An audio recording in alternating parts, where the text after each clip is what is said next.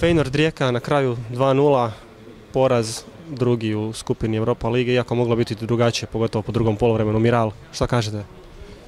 Pa mislim da prvih pola sata nismo odigrali kako bi trebali. Razlog ne znam šta to može biti, ali u nastavku kako smo mogli vidjeti smo odigrali dobro. Stvarali sebi šanse, ali nismo ga zabili na našu nesreću. Zapravo Feyenoord je iz jedne dvije prave prilike odmah poveo 2:0 i praktički odlučio utakmicu, iako ste bili bolji u nastavku. Pa dobro, kao što sam rekao, pola sata oni su tu dobili 2:0, a mi smo nakon toga krenuli igrati. Oni su imali, ne znam, ako su imali 2-3 šanse, od toga su 2 zabili. Mi smo imali isto jedno 3, možda 3-4, nismo zabili, tu je ta razlika danas. Razlika Europe?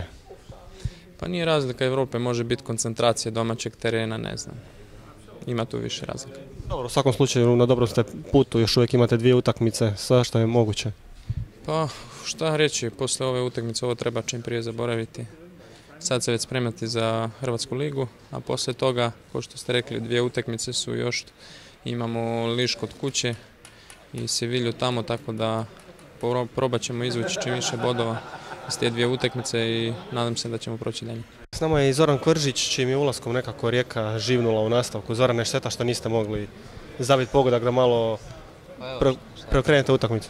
Šta ja kažem, šteta, prvo poluvreme smo igrali, malo smo se te atmosfere i svega tog stadiona i ambijenta, malo smo se uplašili, primili smo ta 2 naivna gola i drugo poluvreme smo se probali malo dići, imali smo svoje šanse, ali nije išlo. Bili ste puno bolja momčad, prijetili sa svih strana, bar 3-4 odlične prilike. Šteta?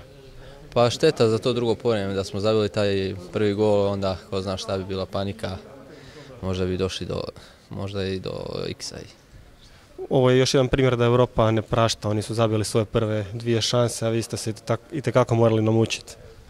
Pa baš tako, Europa ne prašta. Nismo se dobro postavili na početku utakmice, nismo imali dobru koncentraciju i evo, šta je tu, idemo dalje, dići glave, idemo dalje.